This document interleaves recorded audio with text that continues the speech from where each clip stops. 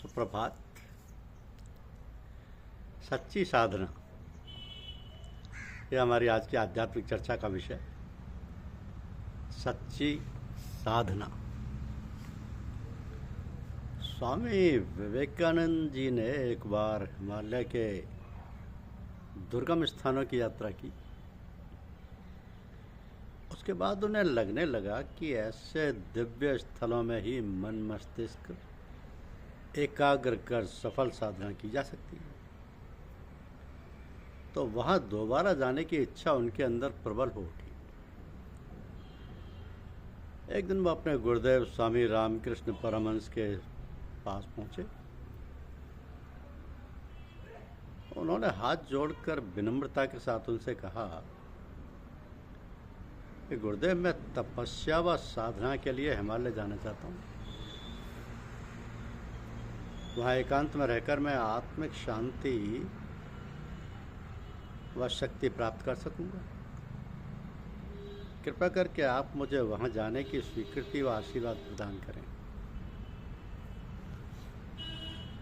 स्वामी जी ने कहा, पुत्र, इन दिनों बंगाल के कुछ भागों में भूखमरी फैली हुई है। चारों ओर लोग भूख से तड़प रहे हैं। यहाँ लोग मरते रहें, तड़पते रहें और तुम हिमालय में बैठे शांति पाओ, क्या ये उचित होगा? मेरे ख्याल से तुम्हारी आत्मा ये कदापि स्वीकार नहीं करेगी। परमहंस जी के शब्दों ने विवेकानंद जी को उद्वेलित कर डाला। उन्होंने हिमालय जाना स्थगित कर दिया तथा भूख से पीड़ित लोगों के बीच पहुंचकर उनकी सेवा में जुट गए। उन्होंने अपने गुरु भाइयों से कहा कि वास्तव में गरीबों व पीड़ितों की सेवा सहायता ही सच्ची पूजा साधना है। गुरुदेव ने हमें सही रास्ता दिखाया है, हमें उसी पर चलना चाहिए। यह होती है संतों की दया कृपा। एक बार संत दादू दयाल जी राजस्थान के सांबर नामक गांव में रहते थे। वो अपने परिवार के भरण पोषण के लिए कुछ घंटे हाथों से परिश्रम कर धन अर्जित करते और शेष समय अपने इष्टदेव भगवान श्री राम की पूजा, उपासना तथा भक्ति संबंधी पदों की रचना में लगाते। तो उन दिनों संप्रदायों की बहुलता थी। कोई व्यक्ति वैष्णव संप्रदाय का अनुयायी था, तो कोई शाक्त अर्थात शक्ति स्वरूपा देवी का उपासक,